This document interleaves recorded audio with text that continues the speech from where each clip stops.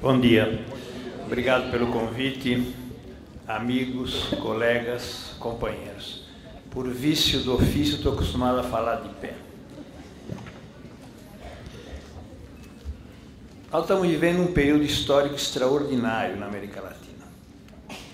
Épico, de resistência. Porque o mundo mudou muito e mudou para muito pior. E nós somos a única região do mundo que resiste como pode, do jeito que pode, a tudo isso. Brevemente, o que mudou no mundo? Mudou o período histórico, tanta coisa que mudou.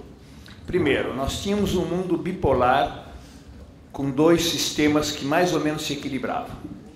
Acabou esse período com a desaparição de um deles. Então, nós saímos de um período bipolar, digamos, para um mundo unipolar sob hegemonia imperial norte-americana. É uma regressão brutal, nós não conferimos ainda todas as consequências, mas já é uma mudança imensa, né? Não trouxe a paz, ao contrário, trouxe mais guerra, não trouxe desenvolvimento econômico, ao contrário, trouxe recessão, mas é uma mudança daquele tamanho, que recai sobre todo mundo. Em segundo lugar, nós tínhamos um ciclo longo de crescimento econômico.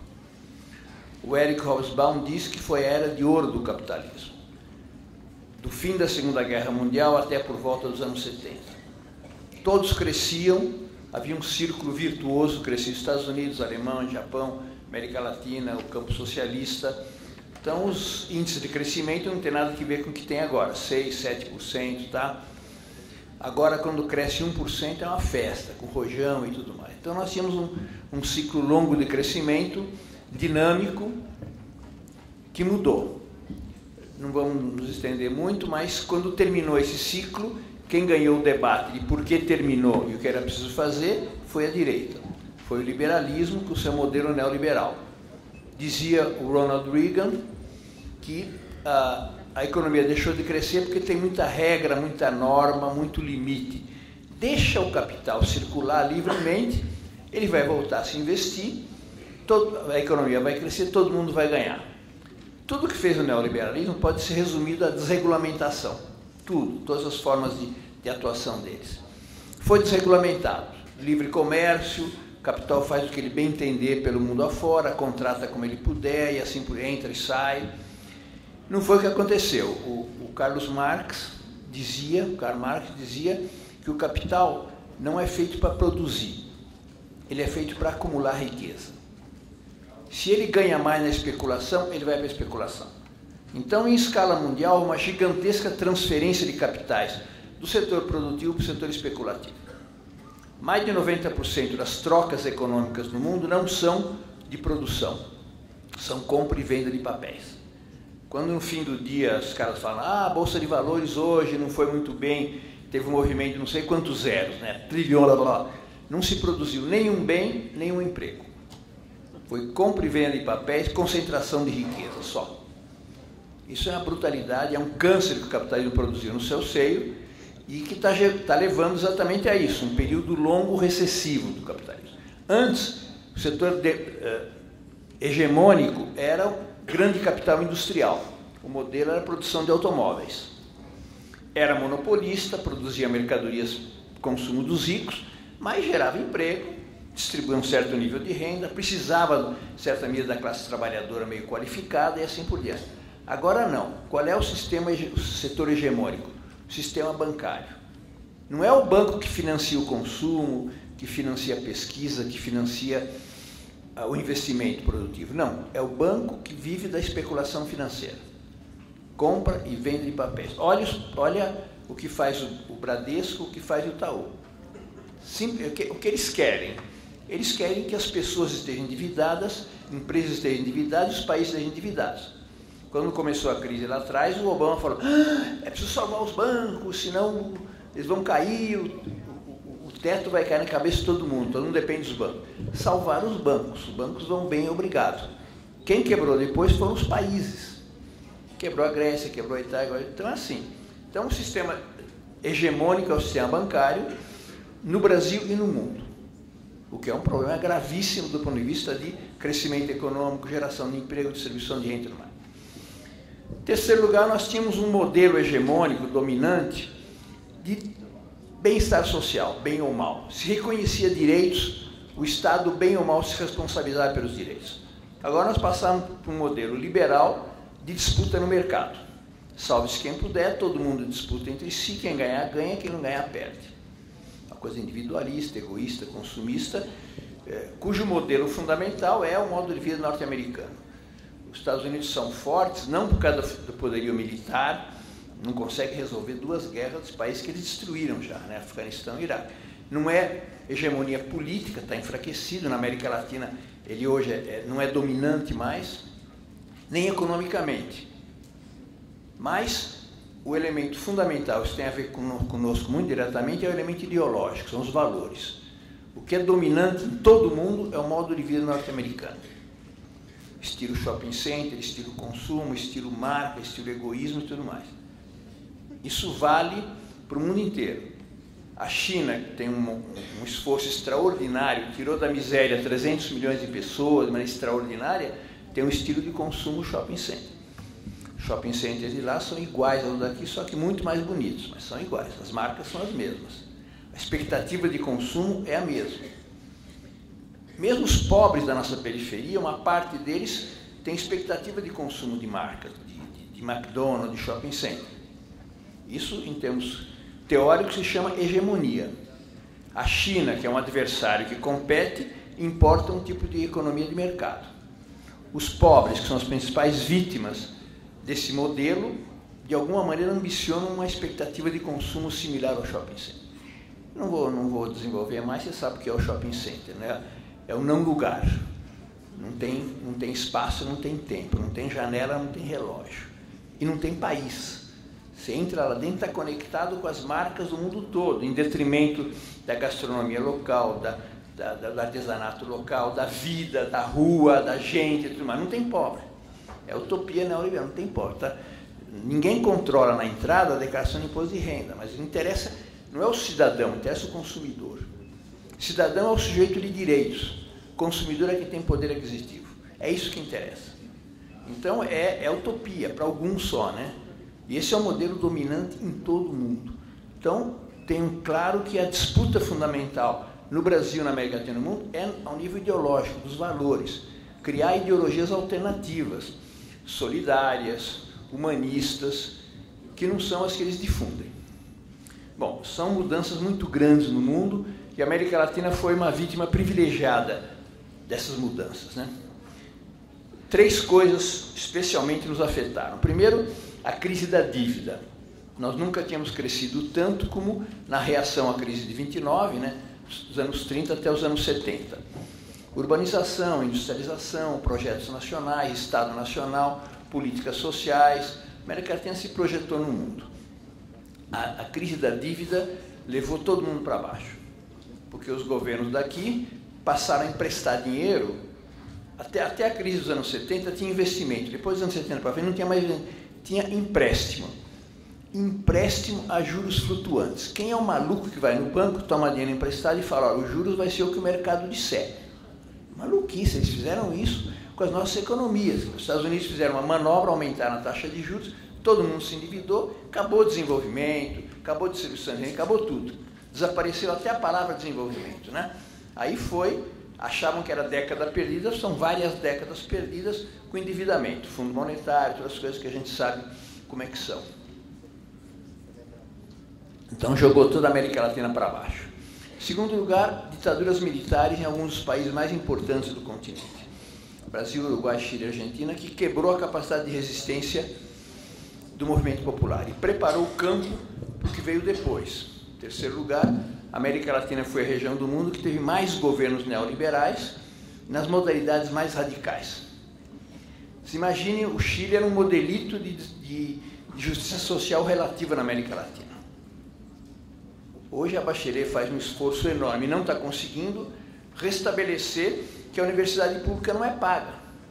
Tinham esquecido, apagado da memória das pessoas que a universidade pública não deve ser paga. Então, agora, um enorme esforço para fazer reforma tributária, para colocar no orçamento recursos. Olha o retrocesso. A aposentadoria lá, toda a Previdência Social é privatizada. Olha o tamanho, a brutalidade do retrocesso que significou o neoliberalismo. Lá tinha uma modernidade do Pinochet e depois se prolongou. A Argentina era autossuficiente em petróleo. Hoje o principal problema econômico da Argentina é subsidiar o consumo de energia, comprar energia de fora. Quer dizer, o Menem em uma semana privatizou, botou na mão da Repsol, que é o que o Fernando Henrique queria fazer no Brasil, a energia. Então é um retrocesso brutal. Toda a América Latina foi isso, por isso que nós nos tornamos o continente mais desigual do mundo. Por ter tido dívida, por ter tido ditadura, por ter tido neoliberalismo. Mas justamente porque fomos o continente que mais sofreu, é onde houve mais resistência e mais reação. Para quem viveu os anos 90, sabe que parecia que a história estava congelada, né? Não tinha volta atrás. Até porque quem entra no endividamento do Fundo Monetário não costuma sair. E era tudo aquilo, né? Mais desmoralização, momento popular, tá? Então começou aquela virada que a gente sabe com a eleição do Hugo Chávez, depois do Lula, do Kirchner, Tabaré, Evo Morales, Rafael Correa. É um movimento que está na contramão do movimento histórico do capitalismo. O capitalismo entrou na era neoliberal e não sai.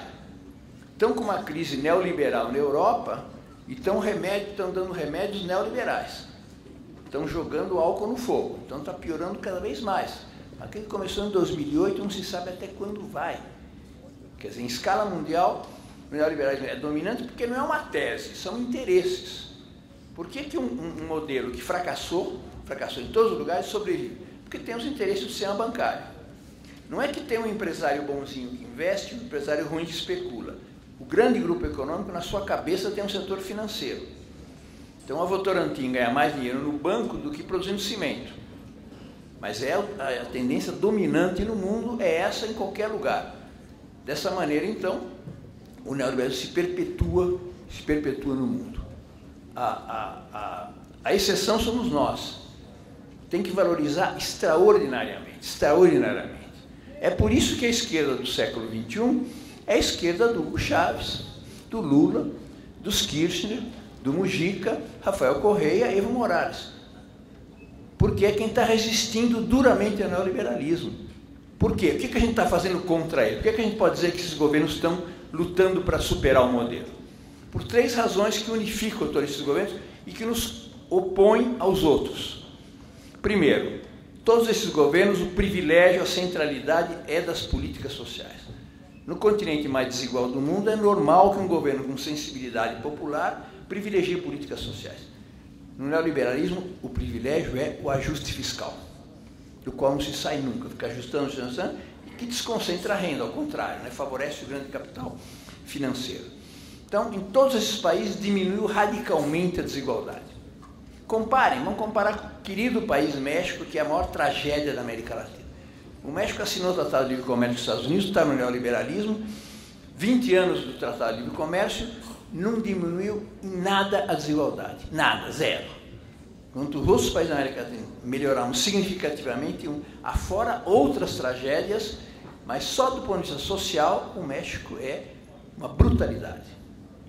Isso acontece também com o Peru, com outros países que mantiveram o modelo neoliberal. Então, prioridade em políticas sociais. Como foi dito aqui, no governo, primeiro mandato da Dilma, houve estagnação econômica. Crescer 1,5% é o que cresce a população. No entanto, se aprofundaram as políticas sociais, se estenderam as políticas sociais, um compromisso. Tudo que se falar do PT, da trajetória histórica, tem uma coerência fundamental. Prioridade das políticas sociais. Privilégio de luta contra a pobreza, exclusão e desigualdade. As modalidades podem não ser exatamente o que a gente pensava no começo, mas essa é a coerência. Isso é que faz do Lula o líder extraordinário que ele é. Luta contra a pobreza, né? Eles fazem todas os malabarismos estatísticos das pesquisas dele, mas não conseguem não dizer que o Lula tem mais de 30% de apoio, apesar de tudo que eles falam. Porque é a consciência popular. Quem não estiver gostando do presente do Brasil, tem muitas razões para não gostar, não tem saudade do Fernando Henrique, tem saudade do Lula, né? Porque a luta contra a desigualdade, simplesmente.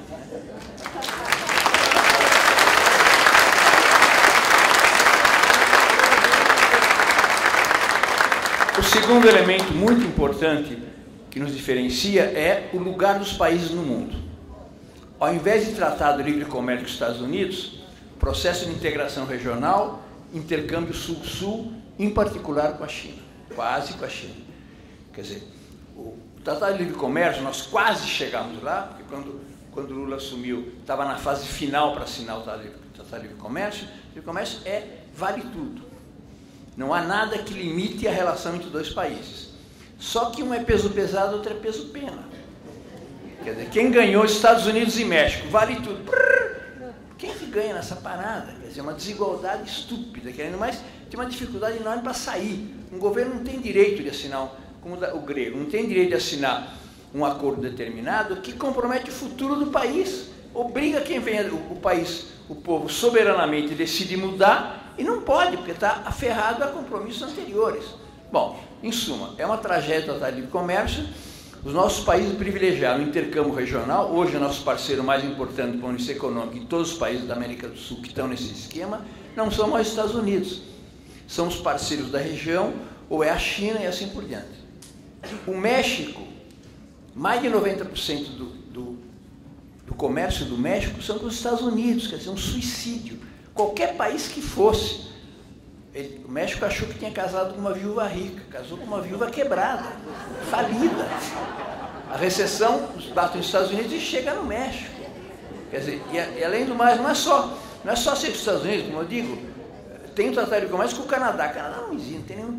O México praticamente não tem intercâmbio econômico com a China e com a América do Sul, setores mais dinâmicos da economia mundial. Eles falam que a esquerda tem opções ideológicas na política externa. Olha, isso é ideologia. Não é o interesse do país, mas é a vinculação com o seu vizinho do norte. Então foi muito importante, por isso nós resistimos à crise. Todas as crises anteriores, nós íamos para a recessão muito pior do que a Grécia está passando. Nós resistimos até agora, temos efeitos, faz falta a demanda da Europa, do Japão e dos Estados Unidos, mas nós resistimos porque temos os vizinhos para fazer intercâmbio, temos a China e temos um mercado interno de consumo popular. Como diz o Lula, pobre não é problema, pobre é solução. Bota dinheiro na mão do pobre, ele não vai mandar pagar SBC na Suíça. Não, ele vai comprar. Ele vai comprar.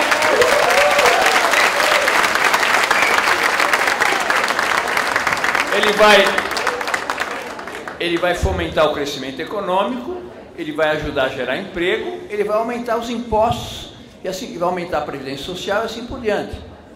Então, nós temos também um mercado interno de consumo, como dizia o Lula, que se governava para 1/3 das pessoas. Né? 1/3 das pessoas agora se governa para todo mundo. Isso é extraordinário, é o maior processo de transformações sociais que o Brasil já viveu na sua história. Né? E o terceiro elemento é o papel do Estado. A centralidade do neoliberalismo é do mercado. A Dilma fala que quando ela assume o Ministério de Minas e Energia, tinha 3 engenheiros e 8 choferes. E chega. Isso é o estado mínimo. O mercado ia decidir o destino da Petrobras e tudo mais. Quer dizer, era reduzir o Estado a nada. O Estado voltou a ser indutor de crescimento econômico, né? Os bancos públicos melhoraram significativamente. Os caras da direita falam que vão manter a política social, mas na hora que o guru do lado dele fala, não, mas vamos reduzir os bancos públicos a nada. Quem vai fazer o Minha Casa Minha Vida e o Bolsa Família? É o Bradesco? É o Itaú? Né? Fazer política social é ter bancos públicos fortes. A gente tem, felizmente. Não é só garantia do desenvolvimento econômico. Quem garante direito social são os Estados. Tem muita ONG simpática que luta pelas políticas sociais, mas não querem Estado, não querem governo. E quem vai garantir direitos sociais? É claro que tem que subir, tem que passar a ser uma política estatal. Isso é o que tem acontecido nos vários países da nossa região.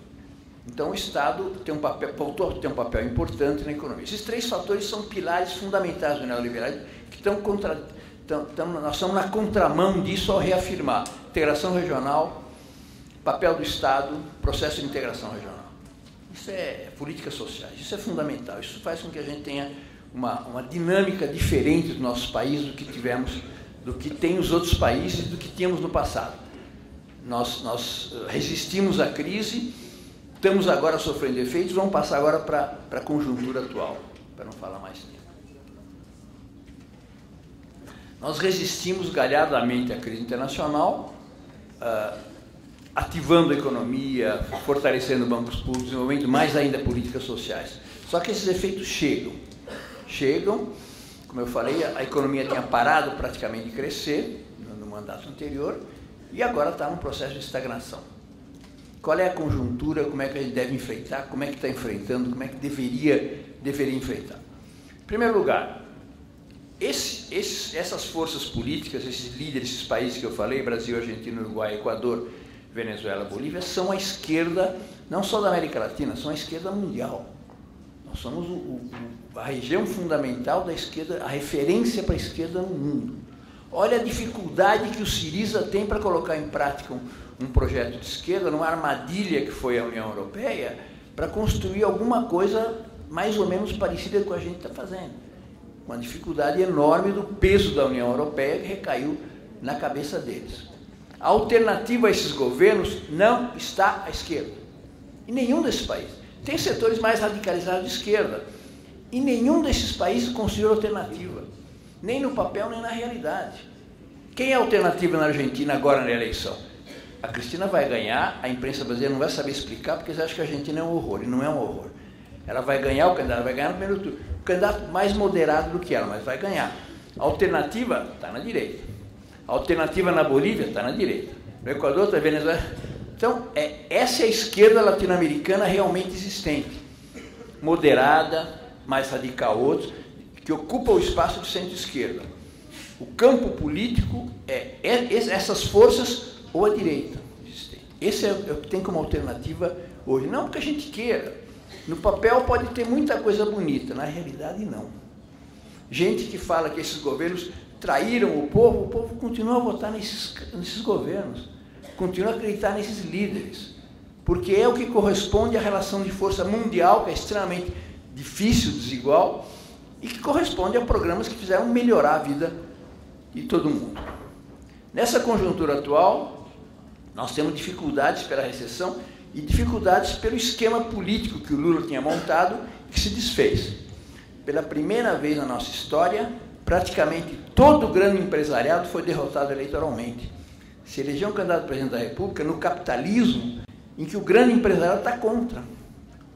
E o dinheiro está na mão deles. Se fosse só pessoas físicas, tudo bem, são pessoas jurídicas e econômicas e financeiras. Então tem que se recompor algum tipo de aliança em que pelo menos um setor do empresariado volte a investir na economia. Senão não tem crescimento econômico. Nós temos um Estado que tem certo poder econômico, mas não suficiente. E do ponto de vista político também, havia uma aliança com setores do PMDB que se desfez. Se desfez. Nós temos 78 razões para estar contra uma aliança com o PMDB. Só que nós já sabemos o que é tentar governar com minoria no Congresso. Nós não fomos capazes, como povo, como movimento social, de melhorar o Congresso. Tudo bem, financiamento privado é fogo, mas nós tínhamos financiamento privado e tínhamos um Congresso um pouco melhor do que esse. Quer dizer, debilidade nossa com o movimento popular, não é só partidos, é movimento popular, porque nós não vamos ter maioria no Congresso enquanto os professores do setor público não tiverem uma grande bancada no Congresso Nacional. Eles têm, e nós não temos. A modalidade pode ser distintas modalidades, pode estar em partido ou não estar em partido, pode encontrar uma maneira de ter a legenda e tudo mais, mas é a única, nós somos maioria social no país, temos que transformar em maioria política. Já que a via insurrecional não é viável, se nós militarizarmos o conflito, somos massacrados, então é democratizar o Estado, profundamente, reformular, refundar o Estado. Temos que entrar nessa parada. Quais são as caras de professores do setor público que estão no Congresso? Poucos, muito poucos. E os lobbies deles são imensos, né? Isso acontece com saúde pública, acontece com metalúrgicos, acontece com bancários. Quer dizer, nós temos que transformar a nossa maioria social organizada em maioria política parlamentar, inclusive. Então, é preciso recompor essa aliança. E não há outro aliado hoje que não seja os setores do PMDB. É duro dizer isso, mas foi o Congresso que nós elegemos. Nós, digo nós, e a direita, eles majoritariamente. Nós temos que pagar um preço por isso, é um preço duro. Não vai passar a democratização dos meios de comunicação por esse Congresso. Dificilmente, não vai passar financiamento público de campanha por esse Congresso. Estamos com risco de passar diminuição da maioridade penal nesse Congresso. Estamos com risco de passar uma legislação brutal sobre a terceirização. Quer dizer, a gente paga um preço duro por não ter sido capazes de eleger uma representação melhor no parlamento. Não justifica os erros que o governo está cometendo. O ajuste fiscal do governo é um grande equívoco. É socialmente injusto, recai sobre o povo em geral, é economicamente ineficiente, não leva ao crescimento econômico, são medidas de corte, corte, corte, além do mais, aumento 6 vezes a taxa de juros. Isso não leva ao crescimento econômico. Então, é socialmente injusto, economicamente ineficiente e politicamente desastroso, que enfraquece o governo. Não vai haver nem impeachment, nem golpe, nada disso, não há nenhuma razão. A única razão dos ataques é que o governo é fraco no apoio popular. Então, é um equívoco, nós temos que, muito corretamente, acho que os centrais sindicais, CUT e outros que fazem isso, têm muita razão, lutar contra essa política econômica, apoiando esse governo, porque a continuidade é as maiores conquistas históricas que o Brasil já teve até hoje. Não é só na perspectiva do que foi, mas do que virá. Todo mundo sabe que a eventual derrubada desse governo representaria golpes duros dos direitos dos trabalhadores antes de qualquer coisa. O golpe militar de 64 foi um golpe duro na democracia, mas imediatamente o que veio junto? Arroxo salarial. Lua de mel para a burguesia. Não tem campanha salarial, intervenção em todos os sindicatos. Não seria uma coisa dessa ordem. Mas vocês se lembram quais eram as promessas do candidato da direita. O Brasil, a economia brasileira não cresce porque o salário mínimo é muito alto. Meu Deus, o cara falava isso em horário nobre na televisão. O salário mínimo é muito alto. Imagine o que viria. Igualmente em relação a bancos públicos e tudo mais. Então, esse é o programa deles. Agora, não temos que ficar só na defensiva. Nós temos que nos defender a democracia, mas defender os direitos da massa da população. Não só porque é justo, é porque é assim que o governo se torna forte. Nós queremos um governo forte. O jeito do governo ser forte é ter apoio popular. É tomar medidas a favor da massa da população, como se soube tomar na crise de 2008 e 2009, em que nós saímos mais fortes, o Brasil saiu mais, a economia saiu mais forte, e o governo saiu mais forte dela. Então nós estamos numa disputa com a direita e uma disputa dentro das forças progressistas para a mudança da política econômica, que eu acho que é uma reivindicação absolutamente justa, e a única forma de fazer é dentro desse espaço. É um desvario, uma loucura que forças que se dizem de esquerda se somem à direita, pregando o golpe no Brasil.